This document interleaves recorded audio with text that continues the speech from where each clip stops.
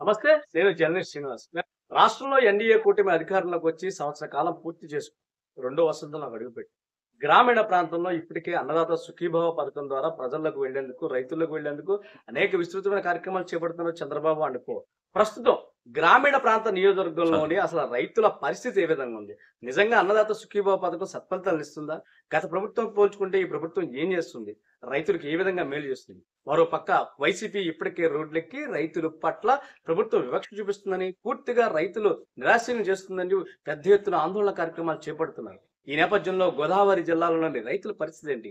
రైతు శ్రేయస్సు కోసం ప్రభుత్వం ఏం చేస్తుందనే అంశాలను ప్రస్తుతం మనతో పాటు తెలుగుదేశం పార్టీ నాయకులు, అదేవిధంగా సొసైటీ అధ్యక్షులు మనతో పాటు ఉన్నారు. ఆయన అడిగి మంచి సమాచారం ఇస్తున్నారు. సార్, శాస్త్రి గారు, ప్రధానంగా ఎన్డీఏ ప్రభుత్వం అధికారంలోకి వచ్చిన తర్వాత ఎక్కడెక్కడ మీరు లోపాలను సరిదిద్దారు? రైతుల కోసం మీరు చేస్తున్న మేలేంటి? సార్ ఈ ప్రభుత్వం ప్రభుత్వం వచ్చిన తర్వాత ఎంతో దిశానిర్దేశం ఉన్న నారా చంద్రబాబు నాయుడు గారు, అలాగే కూటమి ప్రభుత్వం నుండి పవన్ కళ్యాణ్ గారు, ముఖ్యమంత్రి గారు, అలాగే ప్రధానమంత్రి మోడీ గారు రైతుల పట్ల ఎంతో విశ్వాసంతో, కృతనిశ్చయంతో ఉన్నారు. వారు గత ప్రభుత్వం వైసీపీ ప్రభుత్వంలో ఏదన్నా రైతులు మరి సార్వా కానీ వడవా కానీ ఇవి అయిన తర్వాత కొలత కొలిచేటప్పుడు ప్రతి బస్తాలో కమిషన్గా 4 కేజీల నుండి 8 కేజీల వరకు వారు రైతు వారి నుండి వాళ్ళు వసూలు చేయడం జరిగింది. కానీ వసూలు చేసి మరి ఎక్కడికి వెళ్ళాయో అది దేవుడికే తెలుసు. కానీ మేము వచ్చిన తర్వాత అప్పుడు ఆ ప్రభుత్వం 5 సంవత్సరాలు కూడా రైతులకు సకాలంలో వచ్చిన డబ్బులు కూడా పడి కాదు. రైస్ మిల్లర్స్ దగ్గర నుండి కానీ లేకపోతే ఐకేపీల ద్వారా, సొసైటీల ద్వారా కానీ మేము కొనడం అనేది జరిగింది. కానీ అప్పుడు సరైన సమయానికి కానీ ఎన్డీఏ ప్రభుత్వం వచ్చిన తర్వాత ఏ రోజైతే రైతు తన ధాన్యాన్ని అమ్ముతున్నాడో వితిన్ 24 అవర్స్ లేకపోతే 48 అవర్స్లో అమౌంట్ పడడం అన్నది జరిగింది. లాస్ట్ టైం కొద్దిగా ఒక నెల రోజులు మాత్రం, ఒక 20 రోజులు మరి డిప్యూటీలో ప్రభుత్వం కొంచెం అటు ఇటు అడ్జస్ట్మెంట్లో కొద్దిగా వెనకబడింది. తర్వాత 20 రోజుల తర్వాత మొత్తం రైతులందరికీ కూడా మొత్తం అమౌంట్ పడడం అనేది జరిగింది. రైతుల కోసం అనేక కార్యక్రమాలు చేపట్టామని చెప్పారు. వైసీపీ గత 2 రోజులుగా మీరు చూస్తూనే ఉన్నారు. జిల్లా కలెక్టర్ కార్యాలయం వద్ద పెద్ద ఎత్తున ధర్నా కార్యక్రమాలు నిర్వహించి వినతి పత్రాలు అందించారు. రైతులకు ధాన్యం డబ్బులు పడతలేదని, రైతులకు సంబంధించి ఎరువులు, విత్తనాలు సకాలంలో అందించడం లేదని పెద్ద ఎత్తున, అంటే మీరు చేసుకునేది కేవలం ప్రచార ఆర్భాటం మాత్రమే. ఎన్డీఏ ప్రభుత్వం చేస్తున్న తప్ప రైతులకు మేలు చేయడం లేదని అంటుంది. దీన్ని ఎలా చూడాలి? ఇది అంతా జగన్మోహన్ రెడ్డి గారు కానీ, వారి సాక్షి మీడియా కానీ ఎంత అబద్ధాలని నిజం చేయాలని చూస్తున్నాయో గతంలో మనం 5 సంవత్సరాలు చూసాం. ప్రజలు మాత్రం వారిని చీకొట్టేటట్టు ఉన్నారు. ఎందుకంటే ప్రతి విషయంలో ఇవాళ రైతాంగం కానీ, ఆక్వా రంగం కానీ ఎంతో బిజినెస్గా చేస్తున్నారు. హబ్బులు పెడుతున్నారు, ఆక్వా హబ్బులు. నెక్స్ట్ మా కాన్స్టిట్యున్సీ వచ్చేసరికి పీతాని సత్యనారాయణ చాలా అనుభవజ్ఞులు. నెక్స్ట్ 3 పార్టీలు కూడా ఎన్డీఏ కూటమిలో తెలుగుదేశం పార్టీ, జనసేన, బీజేపీకి సమన్వయకర్తగా ఉన్నారు. అలాగే రాష్ట్ర అసెంబ్లీ సభా హక్కుల కమిటీ చైర్మన్గా ఉన్నారు. మాకు ఇటువంటి రైతుల నుండి ఏదన్నా ముందుగానే ఇలా వస్తుందని పీతాని సత్యనారాయణ గారి దగ్గర తెలియగానే వారు వెంటనే ముఖ్యమంత్రి గారితో మరి రైతు మరి ఏదైతే ఉన్నారో అచ్చెన్నాయుడు గారు, వ్యవసాయ శాఖ మంత్రి వారితో, వాళ్ళిద్దరు అన్నదమ్ముల కింద ఉంటారు. వారితోటే తమ్ముడు ఇలా జరిగిందని వెంటనే వారు తెలియపరికి ఇలా డబ్బులు అవుతున్నాయి. ఇదన్నా ఇవాళ ఏ రైతు ఎక్కడ కూడా ఎరువుల కొరత లేదంటే, గతంలో ఎరువుల కొరత ఉండేది. ఈ ప్రభుత్వం వచ్చిన తర్వాత ఎరువుల కొరత అనేది లేదు. సకాలంలో రైతుకి కూడా డబ్బులు పడుతున్నాయి. కావాలని మసిపూసి మారేడుకాయ చేయాలన్న ఉద్దేశంతో ఈ వైసీపీ ప్రభుత్వం చేస్తుంది తప్ప ప్రజలందరూ కూడా రైతాంగం సుఖ సంతోషాలతో ఉంది. గతంలో కంటే ఇప్పుడు మెరుగైన సేవలు తీసుకుంటానికి మరి మా కాన్స్టిట్యున్సీ మరి సభా హక్కుల కమిటీ చైర్మన్ ఉన్న పీతాని సత్యనారాయణ గారు కానివ్వండి, మా జిల్లా నుండి అందరు శాసనసభ్యులు, మంత్రులతో వారికి అనేకమైన అనుభవం మైకుంది. ఎప్పటికప్పుడు కలెక్టర్ గారితో మాట్లాడడం, జేసీ గారితో మాట్లాడడం, అవసరమైనప్పుడు వెంటనే ఏ కాన్స్టిట్యున్సీలో ఆ కాన్స్టిట్యున్సీలో ఒకవేళ సంచులు తక్కువ వచ్చిన టయానికి వెంటనే ఏర్పాటు చేయడం అన్నది జరిగింది. రైతులు సకాలంలో సంచులు ఇవ్వడం, తడిసిన ధాన్యాన్ని కూడా గత ప్రభుత్వం అయితే 8 నుండి 10 కేజీలు తక్కువ మరి ఎక్కువ చూసుకుని మరి తక్కువ ఇచ్చేవారు. కానీ తడిసిన ధాన్యానికి కూడా మేలైన ఏదైతే గిట్టుబాటు ధర ఉందో ఆ ద్వారా తరుగు అన్నది లేకుండా ఇవాళ మా ప్రభుత్వం మరి రైతులకు ఎంతో అనుబంధంగా ఉంది. ధైర్యంగా చెప్తున్నాం, ఇది వైసీపీ కేవలం ప్రజలను మభ్య పెట్టడానికి మసిమసి మారేడు చేయడానికే తప్ప గాని ఇందులో ఏ విధమైన మరి వారు ఆపదను సృష్టించడంలో టాప్ 1 పొజిషన్ లో ఉంటారు. కానీ మా ప్రభుత్వం కూటమి ప్రభుత్వం మాత్రం రైతుల పట్ల ఆక్వా పట్ల సుఖమిద్యంతో ఉందని నేను తెలియపరుస్తున్నాను. ప్రధానంగా అంటే ఏదైతే అన్నదాత సుఖీభావ పథకం గురించి మీరు పెద్ద ఎత్తున ప్రచారం చేస్తున్నారు. ఇది అన్నదాత సుఖీభావ కేవలం అంకిల్ గారికి మాత్రమే, నిజంగా రైతులకు మేలు జరిగినట్టు ఏమి లేదని వైసీపీ పెద్ద ఎత్తున ఆరోపిస్తుంది. దానికి సంబంధించి మీరు కానీ, మీ తెలుగుదేశం పార్టీ కానీ, మీ ఎన్డీఏ కూటమి కానీ ఎక్కడా బహిరంగంగా మాట్లాడట్లేదు. ఎందుకు వారు చేసే ఆరోపణల్ని ఎందుకు మీరు బదులు ఇవ్వలేకపోతున్నారు? అసలు ఈ ఆరోపణలన్నీ తప్పుడు ఆరోపణలు నిరోధకమైనది. గత వైసీపీ ప్రభుత్వంలో 13,500 ఇవ్వడానికి ముందు ప్రధానమంత్రి గారు నరేంద్ర మోడీ గారు వేసిన అమౌంట్లు తప్ప మరి రాష్ట్ర ప్రభుత్వం ఎప్పుడు వేసిందండి? ఇవాళ ప్రతి రైతుకు కూడా, ప్రతి నియోజకవర్గాన్ని, ప్రతి గ్రామంలో కూడా ప్రతి రైతుకి సొసైటీ ద్వారా కానీ, మరి ఎన్డీఏ కూటమి ద్వారా కానీ, మరి మరి ఈ ఏవో అగ్రికల్చర్ ఆఫీసర్ గారు మా వ్యవసాయ ద్వారా మరి ఎక్కడెక్కడ రైతుల యొక్క అకౌంట్స్ తీసుకుని అదే రోజున అకౌంట్స్ ద్వారా బ్యాంకులకు వేయడం, ఆ రోజు సాయంత్రం కానీ మల్ప్రజన్ కానీ మరి మరి కేంద్రం ఇచ్చిన 2,000 కానీ, రాష్ట్ర ప్రభుత్వం ఇచ్చిన 5,000 కానీ, 7,000 మొదట అంటే 3 విడతలుగా ఈ ప్రభుత్వం నిర్ణయం తీసుకుంది. మొదటి విడతగా 7,000, రెండో విడతగా 7,000, తర్వాత విడతగా 6,000. మొదటి విడత రైతులందరూ కూడా ఇవాళ మొత్తం అంతా కూడా 7 HP చెప్పులు పడ్డదండి. ఈ విషయంలో మరి కూటమి ప్రభుత్వానికి మా సొసైటీ ద్వారా, మా పెనుగొండ రైతాంగం ద్వారా ప్రజలందరూ కూడా మరి కృతజ్ఞతతో ఉన్నారు.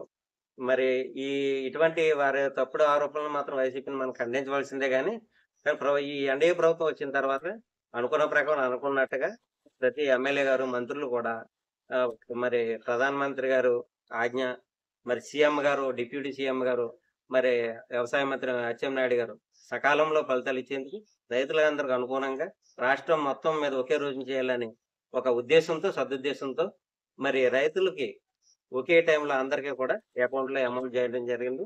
1 గంట అటు ఇటు కావచ్చు, 2 రోజులు అందరు రైతులు కూడా 7,000 పడడం అనేది జరిగింది. సరే, ప్రధానంగా మీరు రైతు గురించి చూస్తున్నారు. రైతులకు సంబంధించి గత ప్రభుత్వ హయాంలో ఏర్పాటు చేసిన రైతు భరోసా కేంద్రాలకు తెలుగుదేశం ప్రభుత్వం అధికారంలోకి వచ్చిన తర్వాత వెంటనే ఎందుకు తాళాలు వేయాల్సి వచ్చింది? ఎందుకు రైతు భరోసా కేంద్రంలో ఫిజిలాసీ తీసుకొచ్చింది? అటువంటి ఏం లేదండి. ప్రతి రైతు భరోసా కూడా కేంద్రం ఏర్పడ్డది. ఇవాళ ఈ పెనుగొండ తీసుకుందాం. మాకు 5 సచివాలయాలు ఉన్నాయి. బైఫర్కేషన్ లో 3 సచివాలయాలు అవుతాయి అనుకున్నా. కానీ 5 సచివాలయాల్లో కూడా ఏఓ గారితో పాటు అసిస్టెంట్లు అందరూ కూడా ఉన్నారు. వారు ప్రతి రైతు దగ్గర కూడా డేటా తీసుకొని ఈ మరి వైసీపీ ప్రభుత్వంలో ఆర్భాటం తప్ప మండల కేంద్రం ఒక చోట పెట్టుకుంటే సరిపోతుంది. అన్ని చేయవలసిన అవసరం లేదు, ఆవశ్యకత ఉంది. సొసైటీల ద్వారా మా వరకు మా డేటా మేము ఇస్తాం, ఏఓల దగ్గరికి వెళ్తుంది. అలాగే బ్యాంకుల ద్వారా కూడా డేటా అంతా అన్నది వెళ్తుంది. కానీ వాళ్ళు దేనికది ఏదో మేము చేస్తున్నాం, ప్రజలకి బిల్లింగ్ చూపిస్తే సరిపోదు కదా. రైతులకి మనం ఏం చేయగలుగుతున్నాం, రైతులకి ఏం చేయాలి, ఇది అన్నది ప్రధానంగా చూడాలి. రైతుకి ప్రతి రైతు కూడా రవాణా వ్యవస్థ కావాలి. ఈ ధాన్యాన్ని ఇక్కడ కొలగాలంటే గతంలో మరి ఈస్ట్ గోదావరి నా వరకు చెప్తున్నాను, నా మిత్రుడు, నాదైతే పెనుగొండలోనే ఇచ్చాను. నా మిత్రుడు ఇక్కడ నుండి మండపేట వెళ్ళవలసి వచ్చిందండి. తనకు ఉన్నది 2 ఎకరాలు. మండపేటలో తన ట్రాక్టర్ ద్వారా ఆ మండపేట రైస్ మిల్కి వెళ్ళేసరికి అక్కడ దిగుమతికి 3 రోజులు టైం పట్టింది. తనకి కేవలం ఆ 2 ఎకరాల మీద తనకు వచ్చే ఇన్కమ్, అదే ఆదాయం మొత్తం మీద టోటల్ గా 75,000 అయితే ఈ ట్రాక్టర్ ఖర్చులు, దాని ఖర్చులు మన 2 రోజులు 3 రోజులు ఉంటాం అక్కడ, మళ్ళీ ఈ దిగుమతులు ఎగుమతులు అన్ని కలిపి కేవలం 35,000 రూపాయలు దానికి చెల్లించుకోవడం జరిగింది. అప్పుడు రైతుకి ఎంత వచ్చిందండి? 30,000 మిగిలింది. మరి ఆ టైంలో రైతులు నష్టపోయారు కదా. ఈ టైంలో రైతు ఎక్కడైతే మాకు వెంటనే తెలియపరుస్తున్నారు రైతు భరోసా కేంద్రాల ద్వారా. మరి వెంటనే రైతులు వెంటనే సొసైటీలకి, కొన్ని సొసైటీలకి ఐకేపీ సెంటర్లు ఇచ్చారు.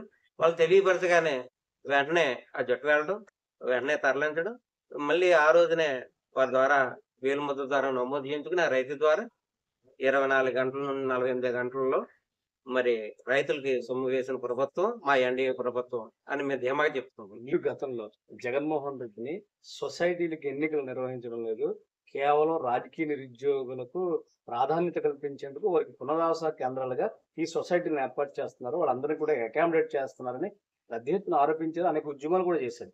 అటువంటిది మీరే ఎన్డీఏ ప్రభుత్వం అధికారంలోకి వచ్చిన సంవత్సరం తర్వాత మరి ఒకసారి సొసైటీలో ఎన్నికలు లేకుండా కేవలం త్రిసభ్య కమిటీల మీద నడిపిస్తానని ఆ రోజు మీరు వ్యతిరేకించారు, ఈ రోజు ఇలా ఏమంటారు? దీనికి ప్రధాన కారణం ఏమిటంటే గతంలో ప్రతి సొసైటీ మీద నగ్గడం జరిగింది. ఈ జగన్ ప్రభుత్వం వచ్చిన తర్వాత రైతులు మోసం చేశారు కాబట్టి ఆ మోసాన్ని రైతులు తట్టుకోలేరు కాబట్టి వాళ్ళు ఈ త్రిసభ్య కమిటీ అని 5 సంవత్సరాలు చేయడం జరిగింది. మరి చంద్రబాబు నాయుడు గారు మాకు కూడా టైం ఇచ్చింది 6 నెలలే ఇది ఇందులోను. మరి గతంలో చూస్తే మా సొసైటీలో 1200 వరకు మరి సభ్యులు ఉండేవారు. మరి ఇప్పుడు 565 మంది ఉన్నారు. మరి కారణం మా సెక్రటరీ గారి ద్వారా ఇవన్నీ చేసుకుంటే ఐకేవైసీ చేయవలసి ఉంది. అందులో కొంతమంది రైతులు చేసుకోకపోవడం వల్ల కొంతమంది సభ్యులు మరి ఇదవడం జరిగింది.